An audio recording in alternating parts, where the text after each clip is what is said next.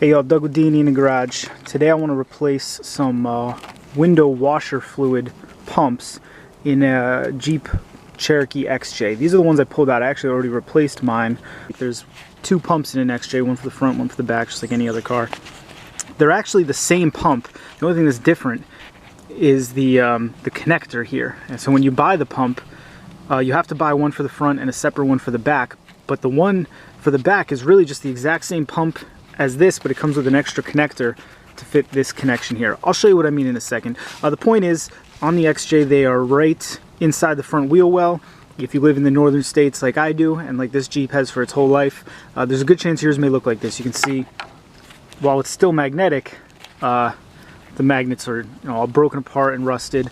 I figure salt probably gets up in there and just eats these things away. So without further ado, let's look at this really easy process. All right, for step one, I'm going to recommend you take your tire off. I did not take my tire off the first time I did this, and honestly I regretted it.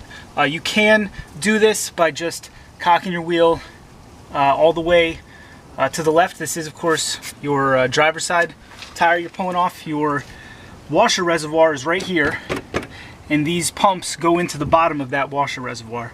So the first thing I'm going to recommend, get your wheel off. Here's your splash guard, this black piece of plastic. It's held on in a couple different places with clips. There's going to be a little plastic push clip right here. Now, in my experience, you don't actually need it, so I clipped it off with a pair of diagonal cutters. Good luck getting it out intact. You're probably not going to be able to do that. If you want to replace it afterwards, you can. You don't need to. Once that's clipped, it's just a matter of working this plastic out. All right? And you're just going to pop it out, pull it down in as many places as you can. And for the sake of this video, I'm going to tuck it back here, but you could probably do it just keeping it loose the way I had it. Alrighty, once your splash guard is pulled away, you will expose your washer reservoir. That's this guy right here.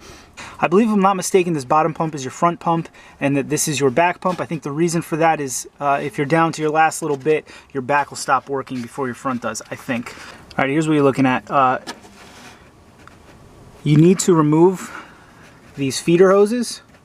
You need to remove these connections, and you need to pull the pump out of the washer reservoir. It doesn't really matter what order you do those in, whichever is easiest. As you can see on this bottom one here, it'd be real easy to remove the connections, remove the hose, then pop it out.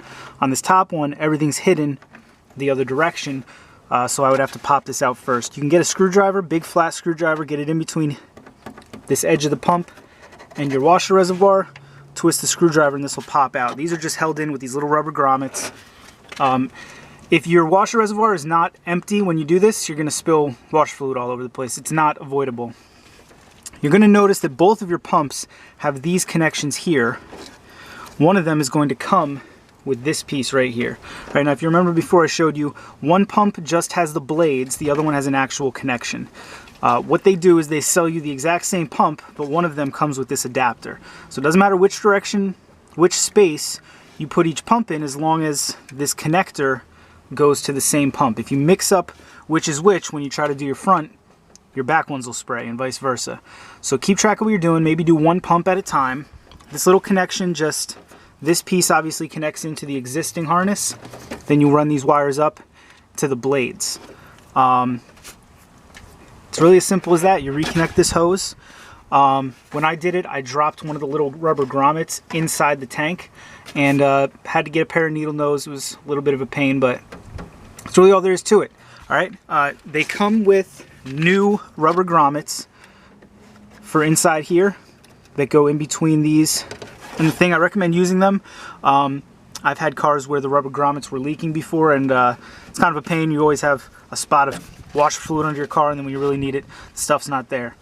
That's all there is to it. To put these in, I think I paid $15 for the top one, $20 for the bottom one. Bottom one's more expensive because of this little doohickey here. I suppose if you really wanted to, you could probably cut this connection out of the system, replace it with these blade connectors, and run it without it. That's up to you though.